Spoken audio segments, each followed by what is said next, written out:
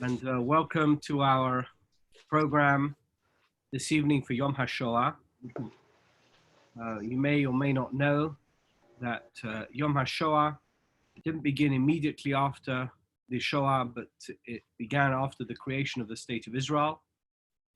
And the immediate years after the Shoah, after the end of the Second World War, were years of, as you might put it in English, licking one's wounds. It was so difficult for people to contemplate the fact that European Jewry had been destroyed utterly. It had already been devastated by the First World War, and now it lay in ruins. 6 million had died, and there was absolutely nothing left.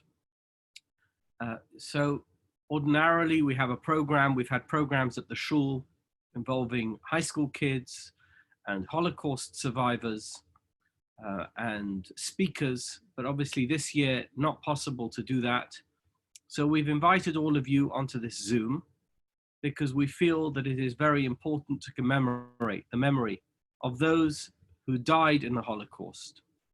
And to a certain extent, and I had discussions today with a number of people, to a certain extent, we tend to focus on survivors. And there were obviously survivors of the Holocaust, those who went through concentration camps, those who were hidden, those who managed to escape from places where Jews were killed. But today is not a day when we just focus on survivors. Today is a day, Yom HaShoah, is a time when we focus on those who were killed. 6 million Jews. It's easy to say 6 million, it seems it's just two words. 6 million is a lot of people. And it took many, many years, 2 or 3 generations, for us to replenish the number of Jews who were killed, who were murdered.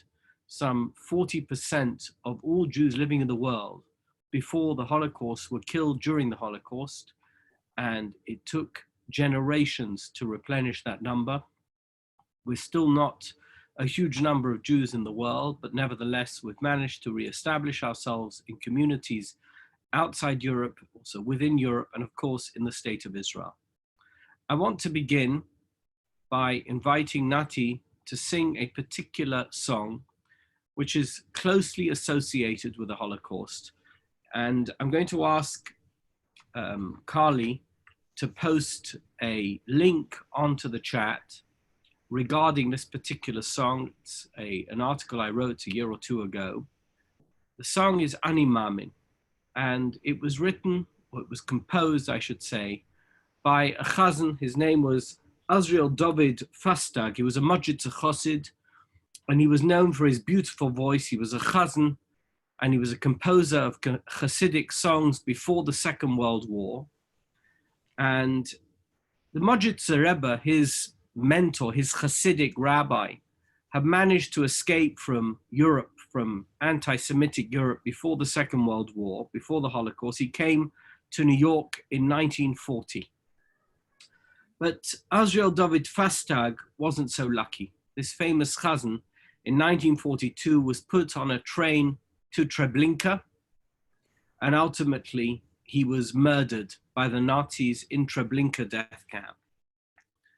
Whilst he was on the train with hundreds of other Jews, he wanted to raise their spirits, and he composed a song. The song is Ani Mamin. It's the 12th of the 13 articles of faith which were written by the Rambam.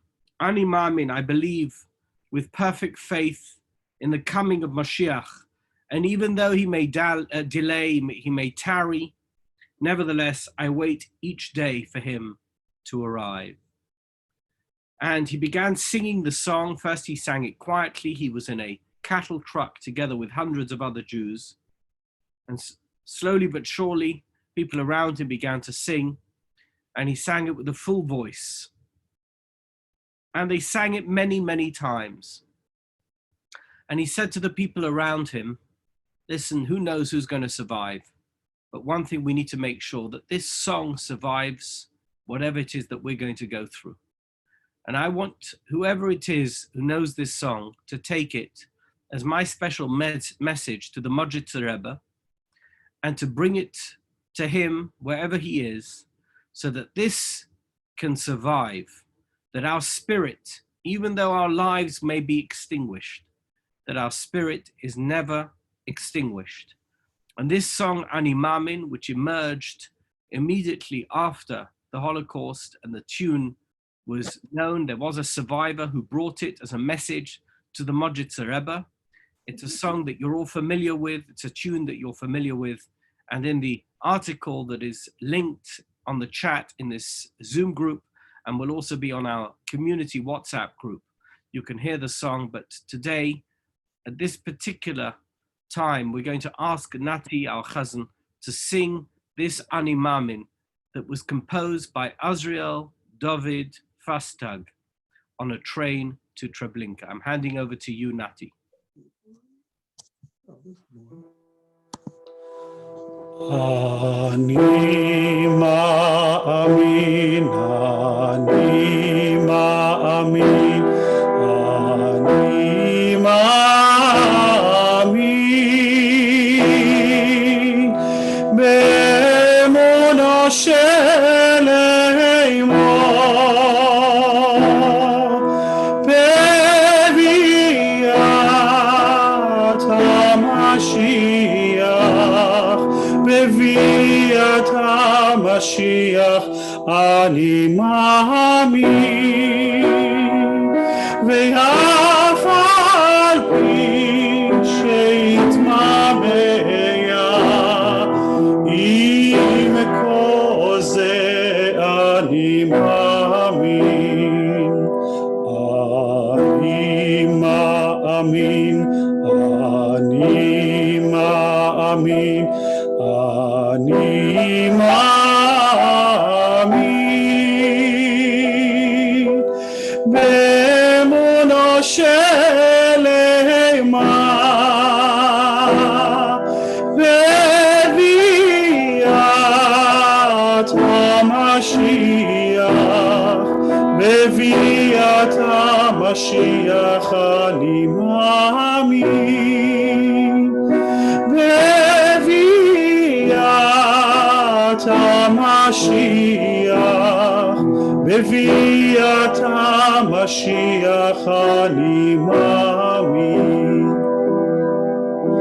ani ma'amin, ani ma'amin, ani ma'amin,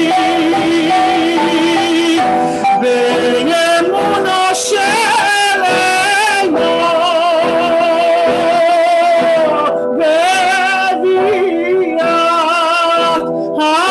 HaMashiach, beviat HaMashiach, ani ma'amin, ve'af al pi she'itmameya, im kol ze ani ma'amin, beviat HaMashiach, beviat HaMashiach, ani ma'amin.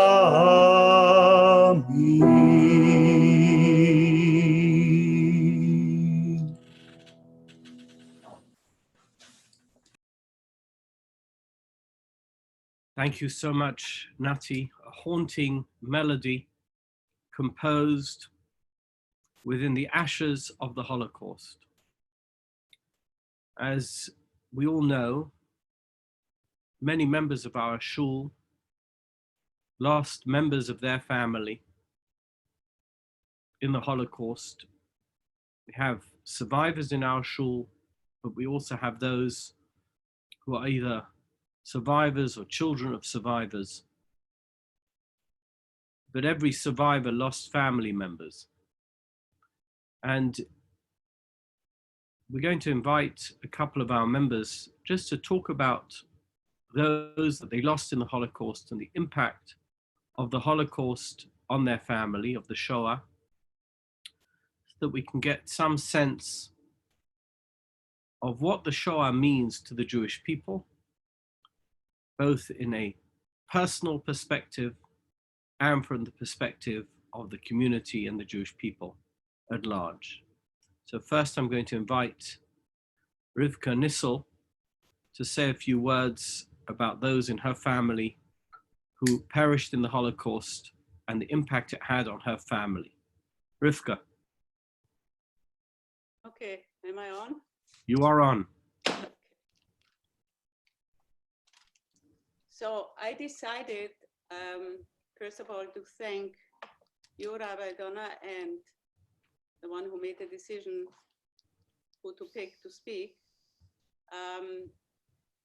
I feel honored.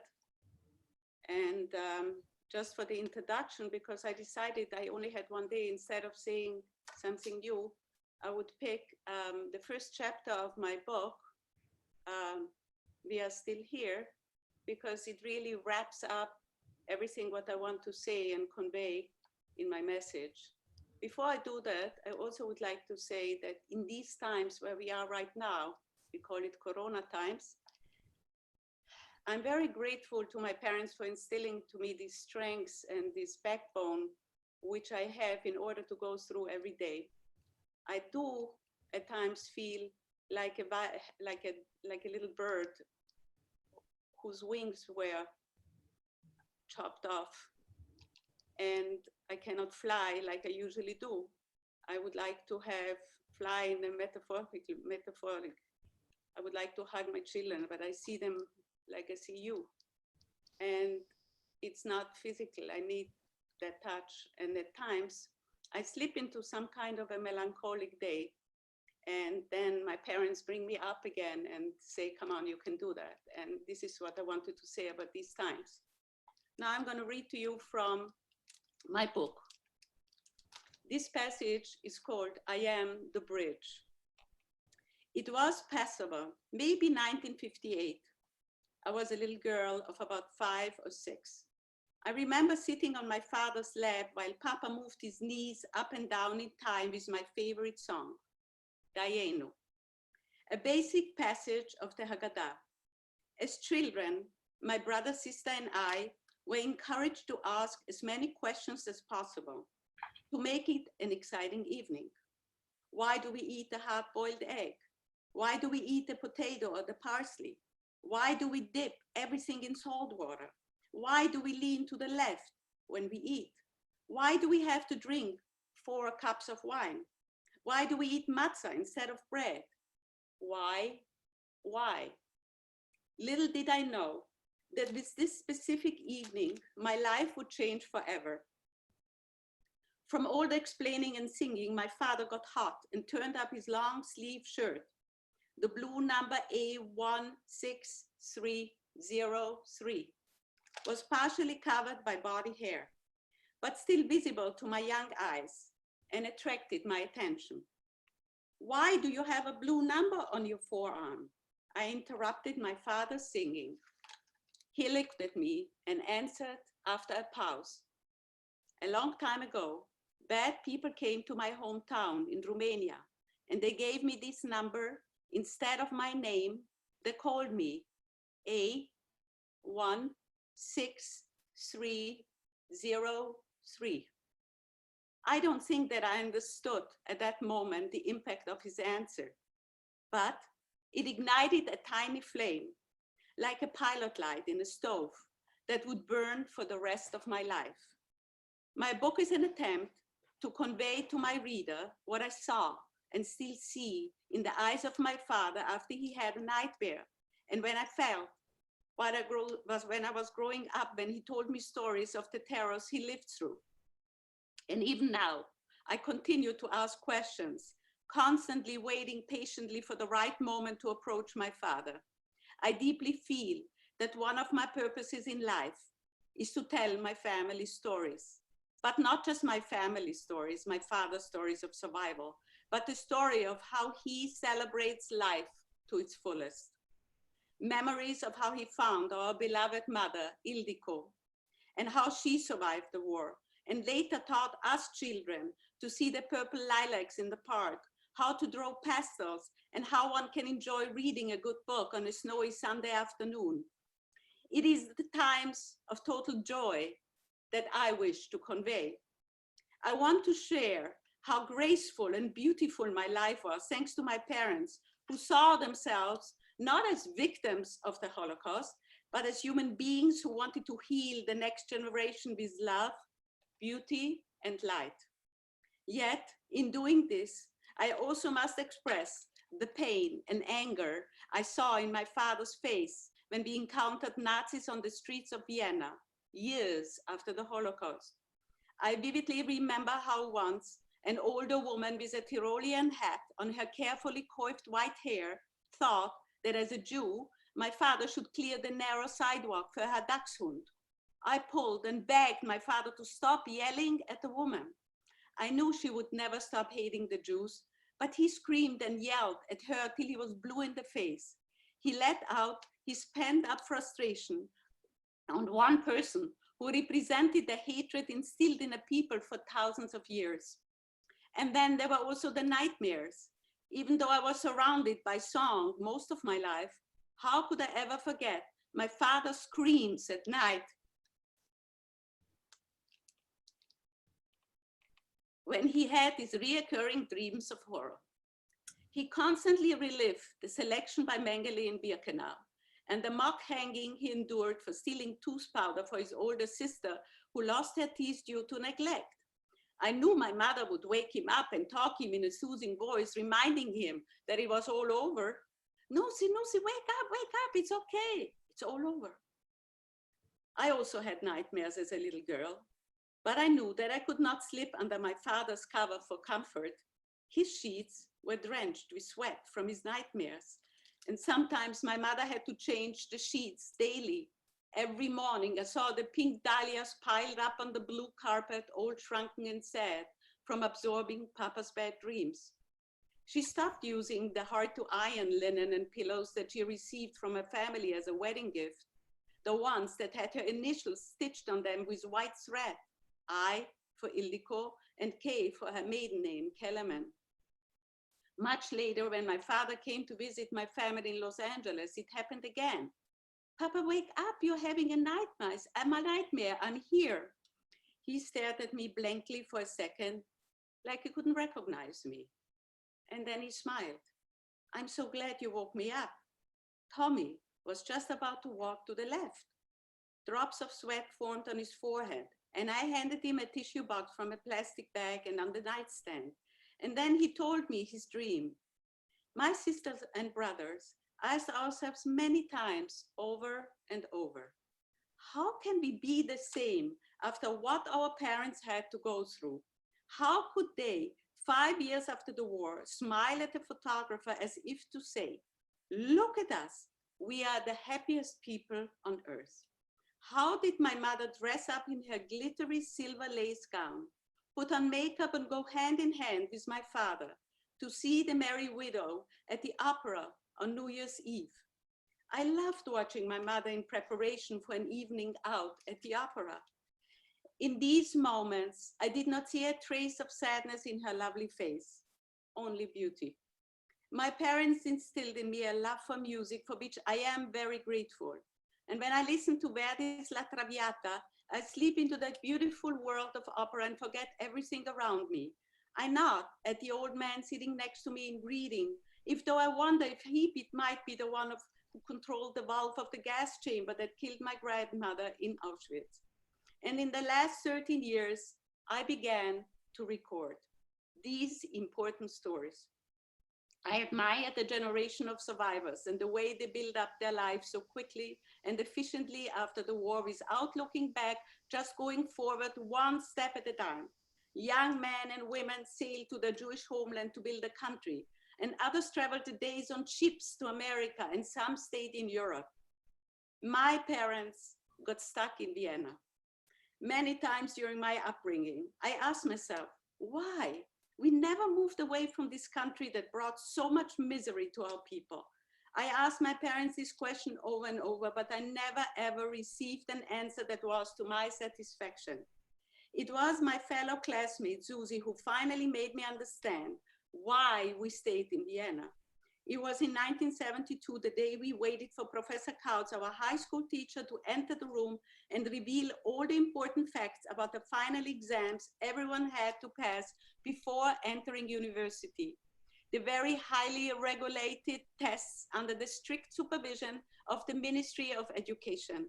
I gripped the plastic cover of my bright red calendar as the teacher announced the dates. I opened it and my heart sank. The French test was scheduled on Rosh Hashanah, the Jewish New Year. And immediately after class, I approached my teacher. Is there any way the authorities could change the date for the French test? I have to attend synagogue services on that day. It's Rosh Hashanah, our New Year. Yeah, she replied. I know you are one of these religious ones. Let me see what I can do about it. I will let you know in a few days.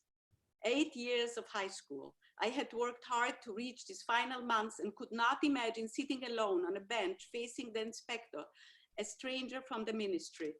The days passed and finally Professor Kautz entered the classroom and called us to order. We are going to vote today in class, Professor Kautz said. We could postpone the final exam to another date so that Rebecca can participate together with the class. As some of you already know, she celebrates a Jewish holiday on that day. Everybody in favor of postponing the exam, please raise your hand. My classmate Susie broke the silence. Let Rebecca attend the Jewish school. And then we won't face any problems.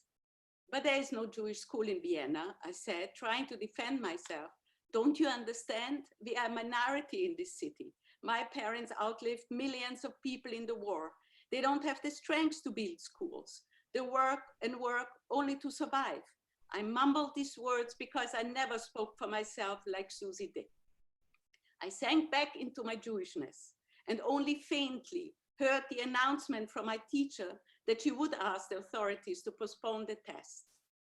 This incident made me understand the purpose of my father's presence in Austria much more. It was a clear message to everyone. My dear fellow Austrians, my father's voice still rings in prayer. And I am here to tell his story, to record it, and make sure that will serve as a foundation for our children's lives, as it did mine. Just as we sit at the Seder table every Pesach to retell the story of redemption, so too our story will be told and never, ever forgotten. Thank you. Thank you so much. Thank you to Rivka for that very moving tribute to her parents and to the Holocaust background, which formed so much of who she is. I'm now going to call on Vera Markowitz, whose family members, many family members, perished in the Holocaust, and whose background as a child of Holocaust survivors certainly made a profound impact on who she is. We're going to ask Vera to share a few thoughts regarding those who perished in the Holocaust and with regard to her own formative years in the home of Holocaust survivors. Vera. Hi. Now, it's really not fair to have me speak after Rivka, who reads from her book. So, but Rivka and I have very, very similar backgrounds. My grandparents on my father's side were a remarkable couple he was the mayor of his town. And in 1943, 44, he was taken to Treblinka along with their youngest son and a huge number of my family, including aunts and uncles, and all my family went into the camps. The survivors of that came out of the camps were my parents and my grandparents on my mother's side. My father actually went into Treblinka because he had a friend who had a Red Cross ambulance and pulled my grandparents, my father's parents, out of there and took everyone that fit into the Red Cross ambulance and took them out. unfortunately, they insisted on going back into their home. And of course, the Nazis came again and went to Auschwitz. And my father volunteered to walk into Auschwitz, went into the Gestapo, and he thought he could save them, and was late by 2 days. He spent the rest of the time in Auschwitz, barely surviving, but he had a similar A number on his arm, and and from there he continued to help my mother's parents and anyone else. My mother saved my aunt from Mengele after her 2 brothers were killed and taken from them on the train stand at Auschwitz. Everyone was separated left or right. One side was for those who were healthier, and one side were those who were the older people and the young children. My aunt being, I think she was 14 at the time, and my mother grabbed my aunt and said to Mengele, she's much older than she looks, and grabbed her. And Mengele, not having much time to make those kind of big decisions, just with a wave of his hand, saved my aunt's life. So all of us survived with remarkable strength, because we knew we came, and as Rivka was talking about these times, I have to say, I find these times minor compared to what we all came from. I remember hearing remarkable stories, and what I felt was tremendous pride in my parents, that not only did they survive, they made productive lives, they were remarkable. Life was not easy for any of these survivors. And they came out of it not only surviving, but giving back to all the communities all the children that I know of survivors are all remarkable people. So I thank God that Rabbi Dunner has given us this opportunity. Thank you, Nati. Thank you, Rabbi. And I wish everyone very good health and all good things in the coming months. Thank you. Thank you so much, Vera.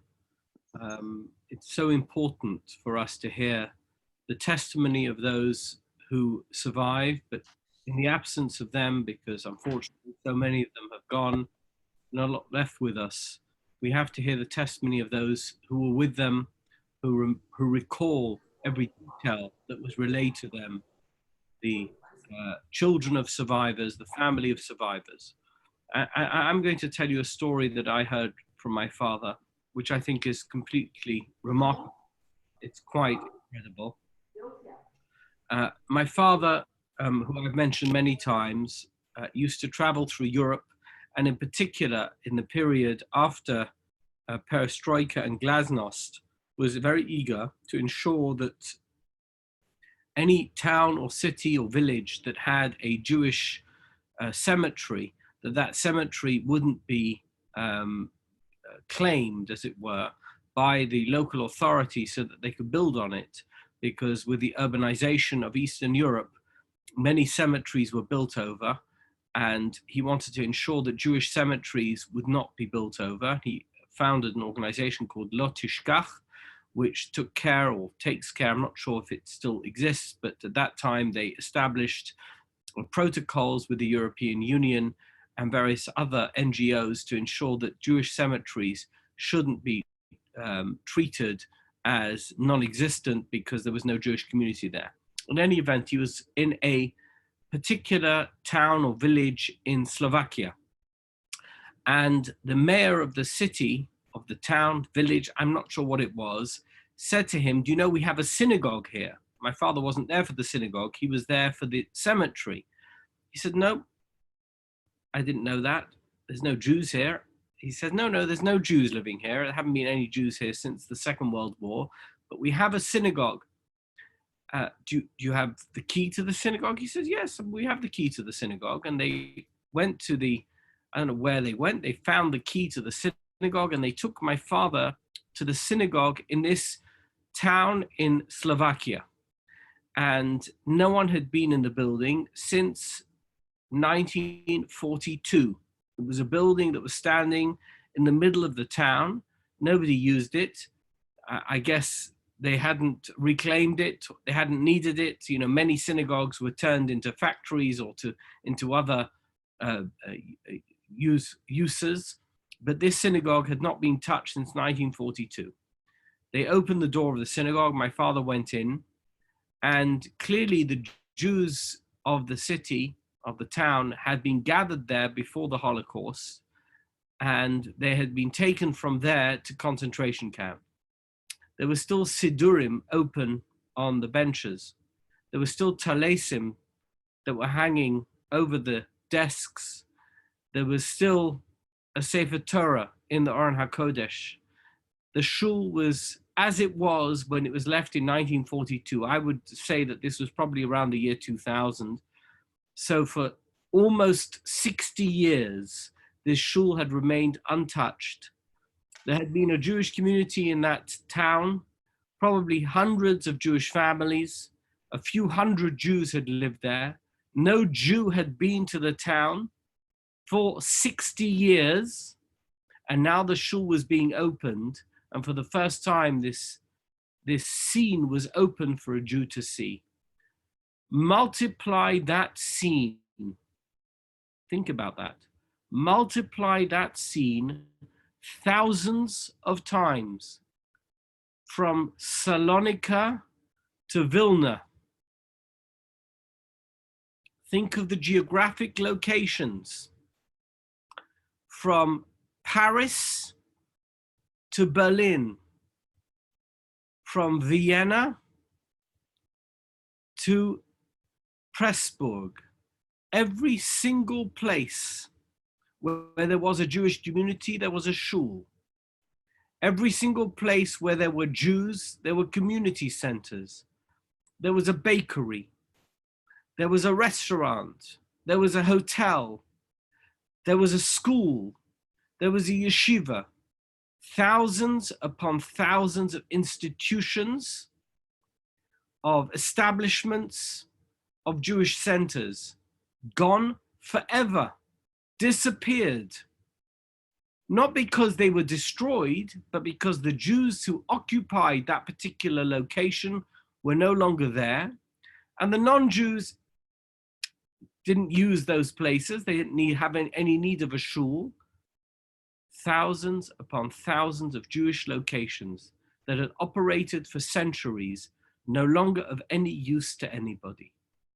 That is the devastation of the Holocaust. It's not just 6 million people.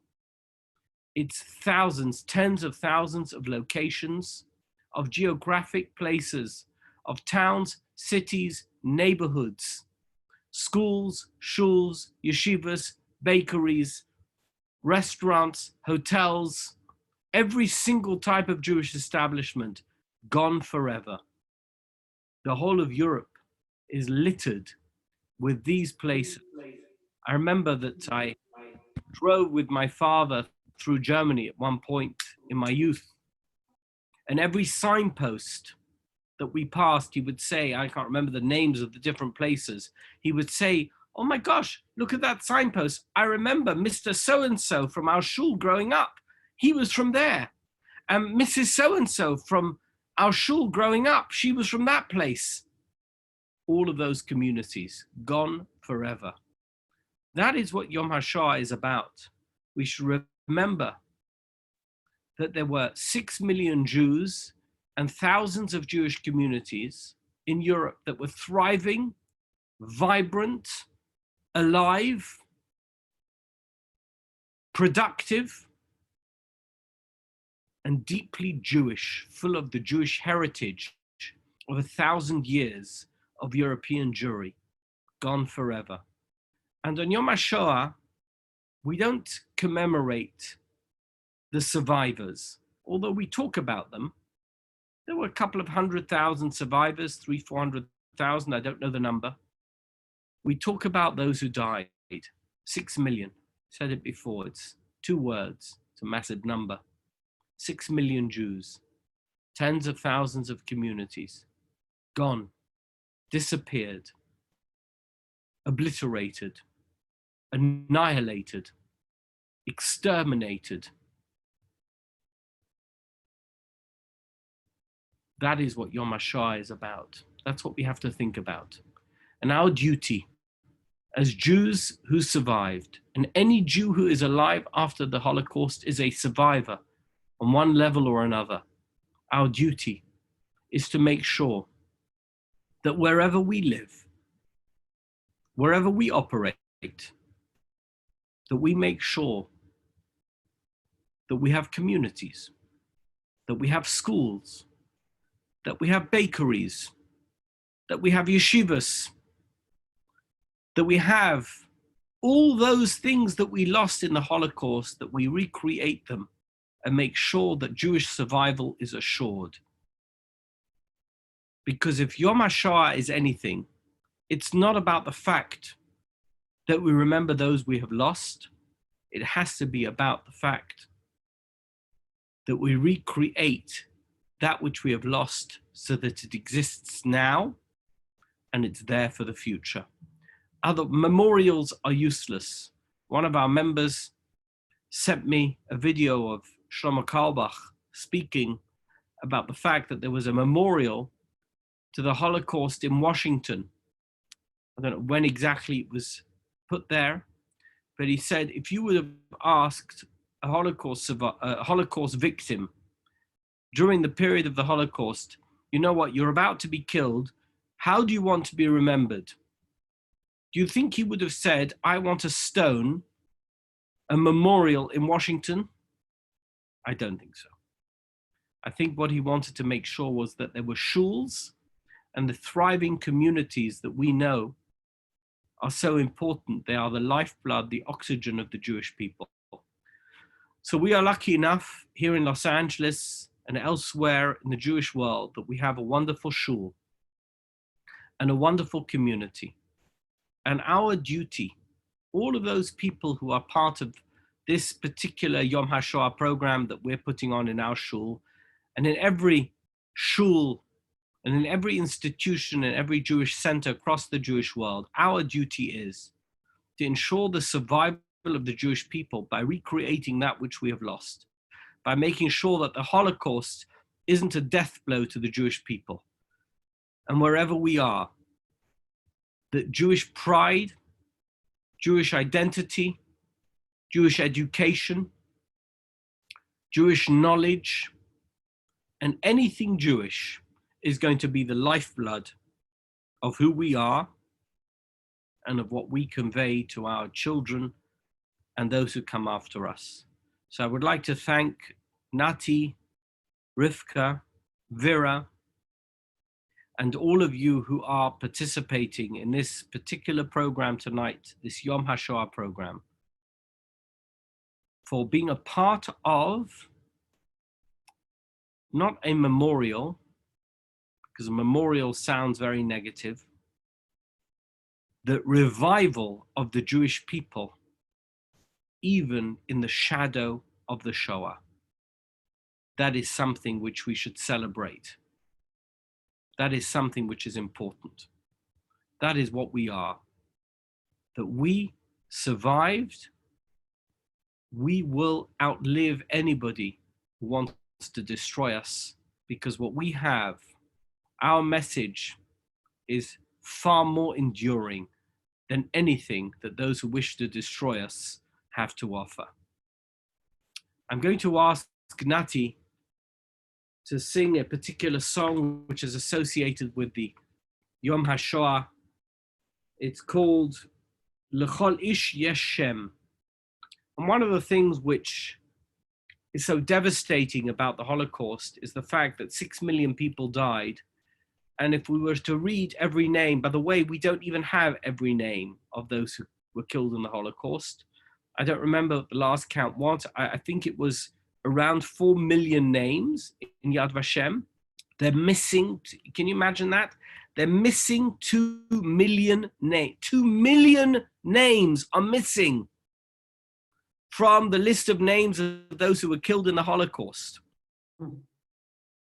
But L'chol ish yesh shem, just as we have seen over the past few weeks, every person who's died from this dreadful virus, each person has a family, has a mother, a father, brothers, sisters, children, in-laws, cousins, friends. They have a name. They make an impact. You know, it says about Yaakov Avinu that when he left Be'ersheva,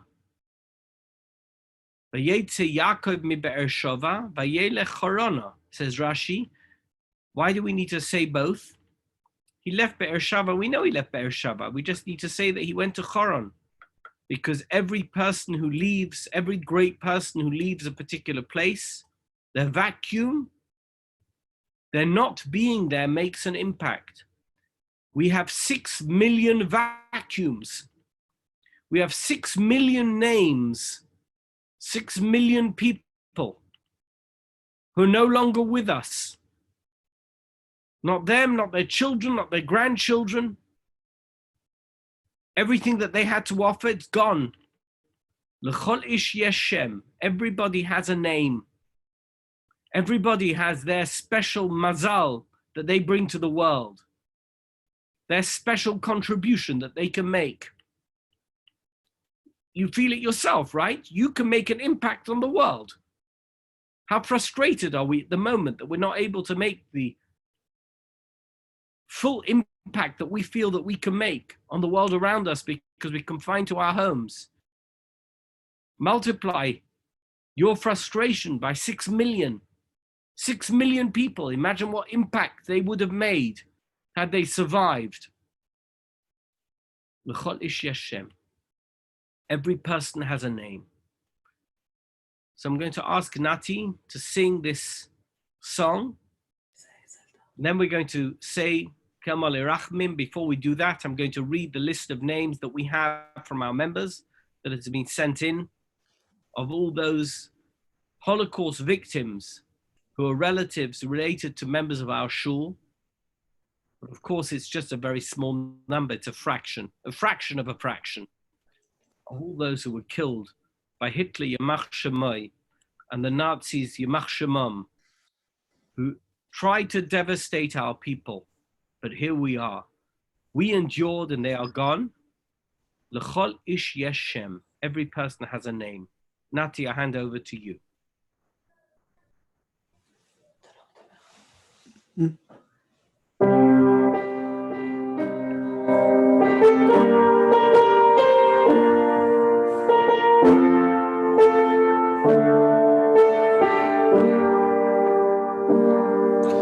לכל איש יש שם שנתן לו אלוהים ונתנו לו אביו ואמו. לכל איש יש שם שנתנה לו קומתו ואופן חיוכו ונתן לו הערים. לכל איש יש שם שנתנו לו הערים ונתנו לו כתלה.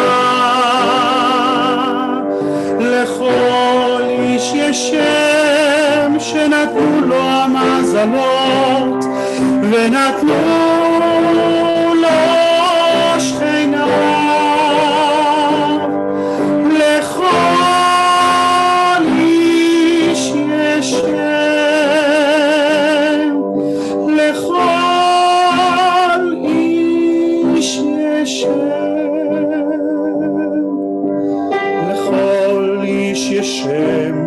שנתנו לו חטאיו ונתנה לו כמיהתו.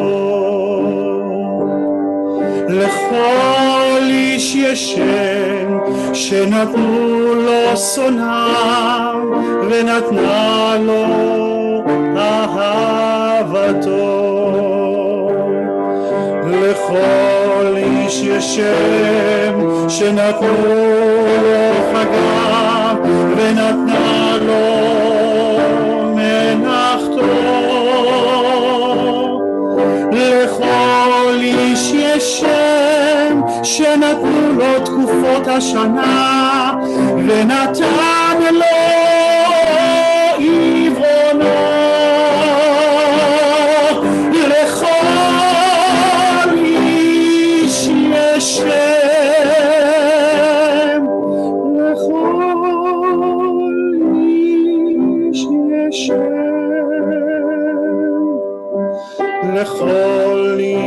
שם שנתן לו אלוקים ונתנו לו אביו ואמו.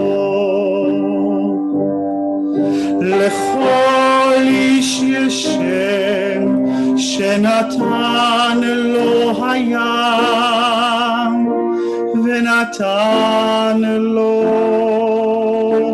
מותו.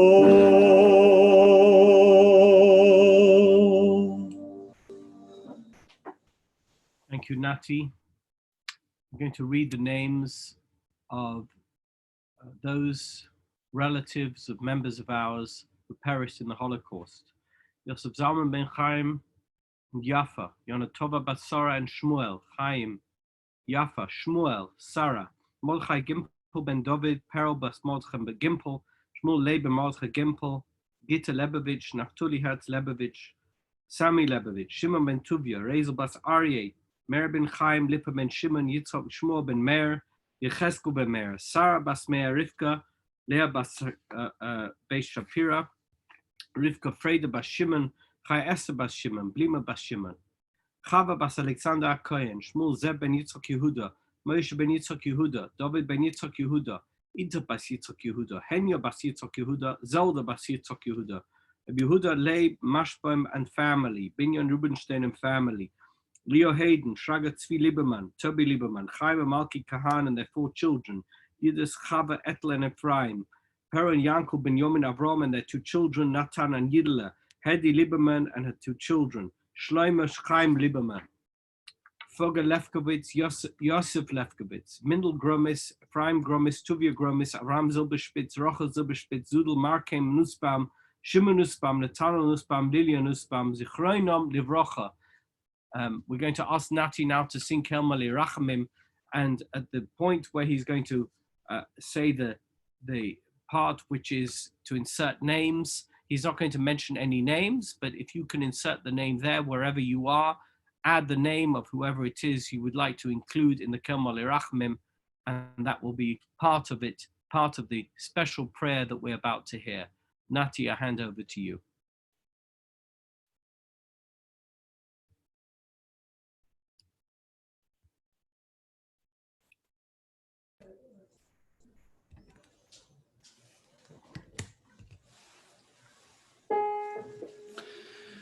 אל מלא רחמים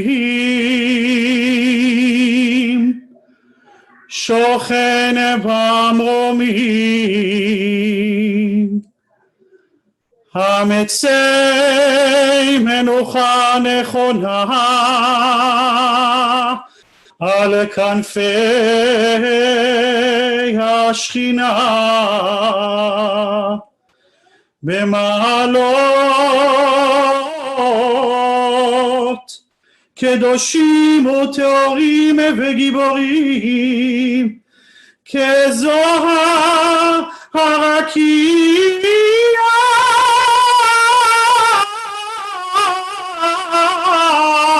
מאירים ומזהירים לנשמות 6 מיליוני אחינו ואחיותינו בני ישראל אנשים נשים וטף שנהרגו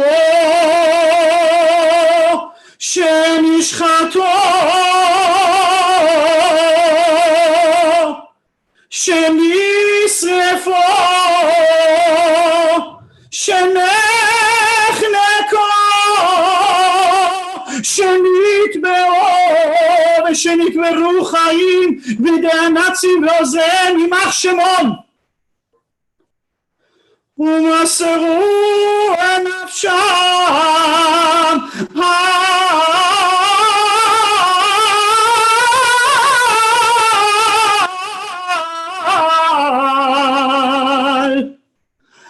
על קידוש השם פרו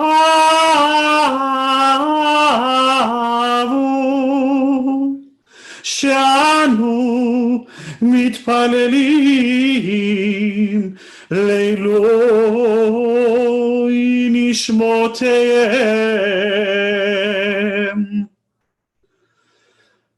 לכן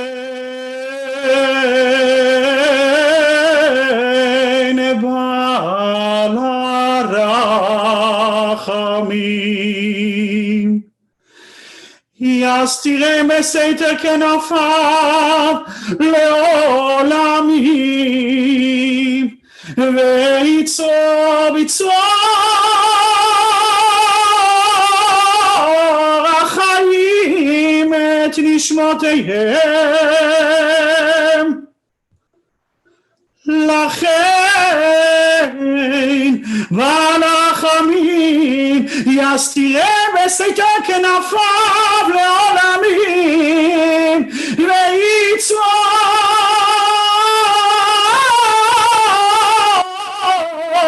בצרור החיים את נשמותיהם. בגן עדן תהא מנוחתם, אדוני הוא נחלתם, וינוחו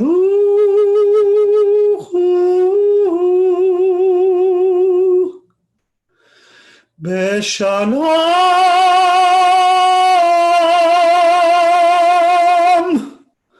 על משכבם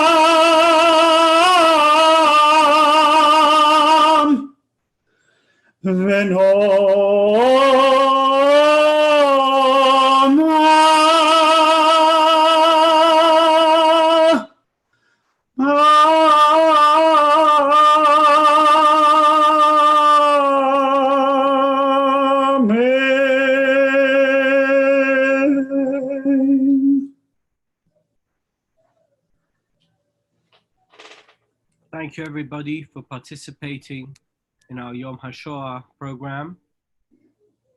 It's extremely important that we recall those who perished in the Shoah. And as you know, it always occurs exactly 1 week before Yom HaZikaron and Yom HaAtzmaut.